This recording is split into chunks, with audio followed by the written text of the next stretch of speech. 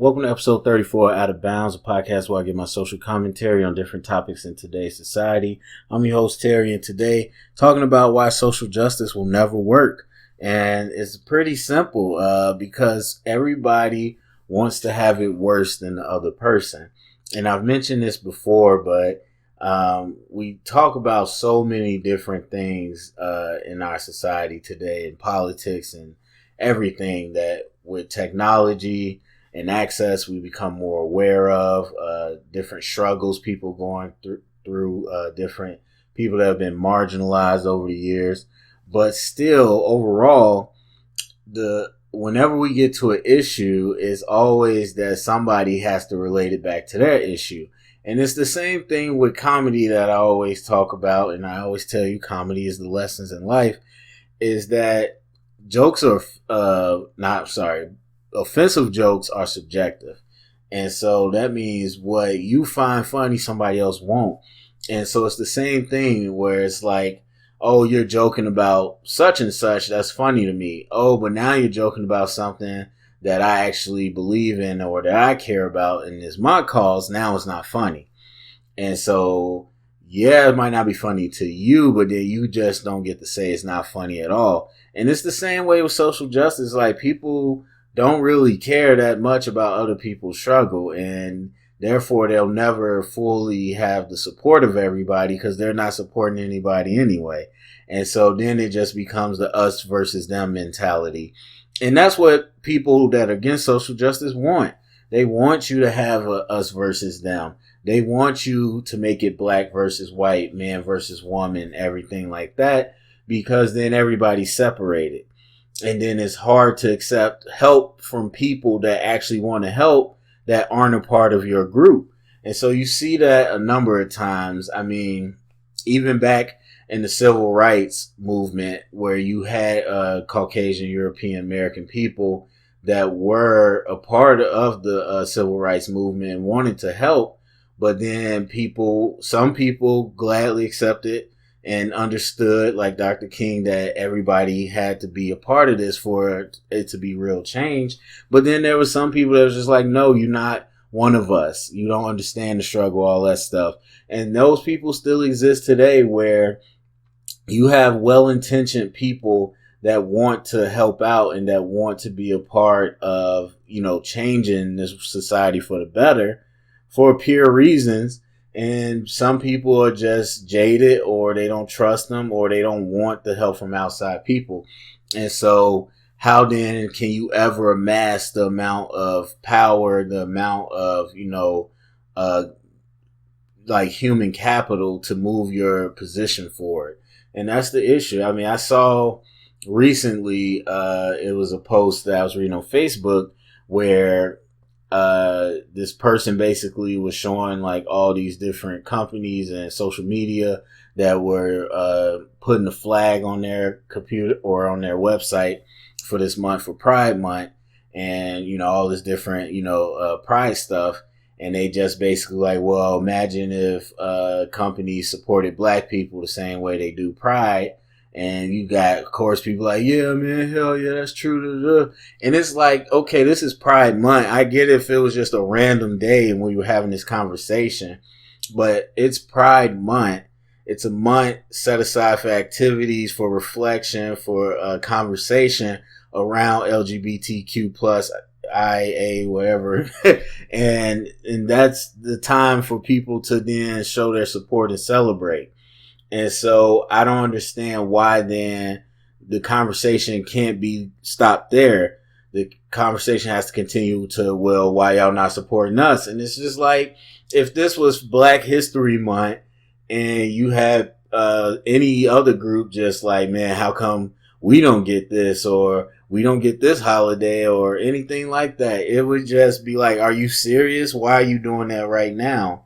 And so that to me is the issue. And the problem is no one has enough empathy. I wouldn't say no one, but for the large numbers, the majority, they don't have empathy. And to me, empathy is the key to a lot of things. But when we're talking about moving society forward in a real way, not just in lip service, not just in being politically correct, but in people actually changing the way they feel, you got to empathize, because that's what it all comes down to. I mean, majority of it comes down to that. There are a section of people that absolutely are just like, no, I believe this is superior, that is superior, just, by nature. Those are those people out there. But by and large, what it is people that can't seem to see their own humanity in other people. And so I hear people complaining about similar things that another culture or ethnicity or gender or whoever also is complaining about, or they'll complain about something that's similar and then make fun of somebody else for complaining about the same thing. And it's like, if you can't read between the lines, if you can't see the connections, then how are we ever going to move forward? Because I've said this all the time. Equal has to be equal. If I'm a human, you got to be a human. That's what equal is. So when somebody says girl power, and for girl power to mean something, then manpower has to mean something.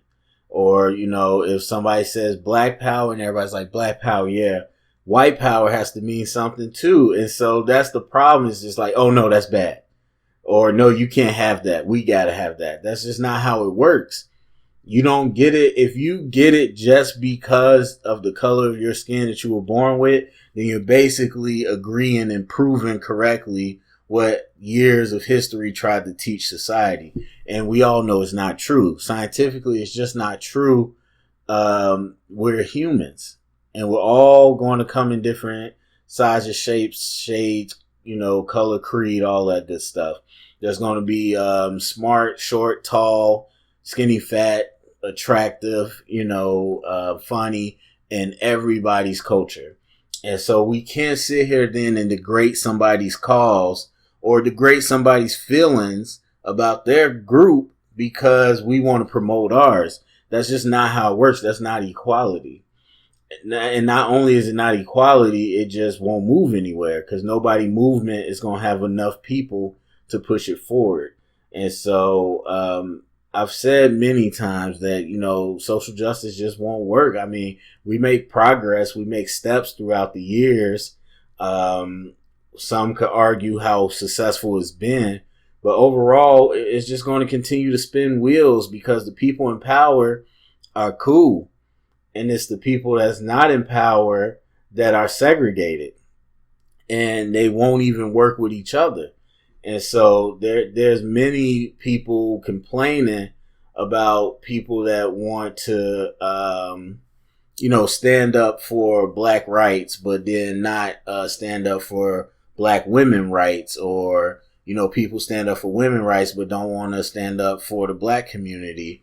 And then there's people standing up for the LGBTQ struggle, but not standing up for their own culture struggle. And so it's on and on and on. And it's just, if people don't see that support from others, then why would they ever go and support you in masses? There's, of course, individuals that do it and they fight for everybody.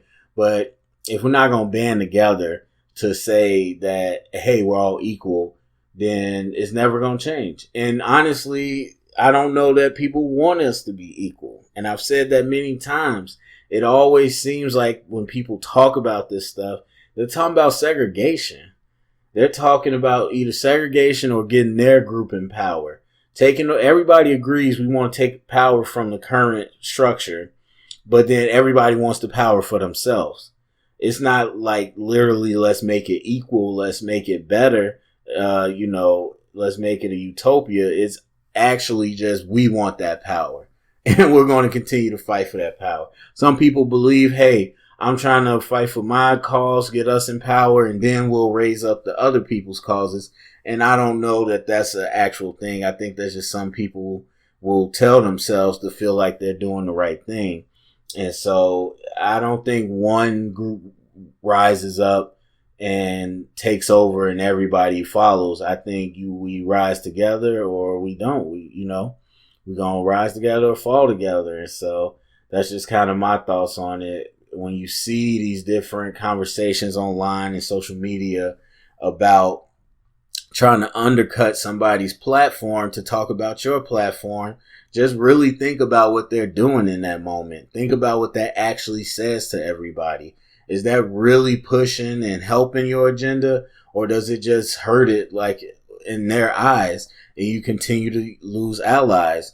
It was much like the Me Too thing. I know I talk about Me Too a lot, but it's much like the Me Too movement, where there had to be some women that said, hey, I'm glad y'all support Me Too, but some of y'all are just going too hard at all males. Not every male is a problem.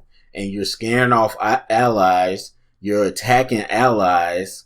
And those are people that can help us move the needle. There's actual, people that came out and had to say that, because there were people that was just taking it too far. It was just us versus them. And so you get the us versus them mentality. And we haven't seen we've seen the here's what's different about us approach in politics for a long time. In society, we haven't seen the here's what's the same and similar about us approach since Martin Luther King Jr. And so nobody wants that. Everybody wants the common enemy. Nobody wants the common humanity. And so that's kind of where we sit now. But anyway, go to comment section. Let me know what you think. Do you think social justice could get over the hump? Do you think we're fine where we are? Do you think people just don't care enough about each other to actually help these movements? Share it around, get the conversation started. Thumbs up, subscribe, and until next episode.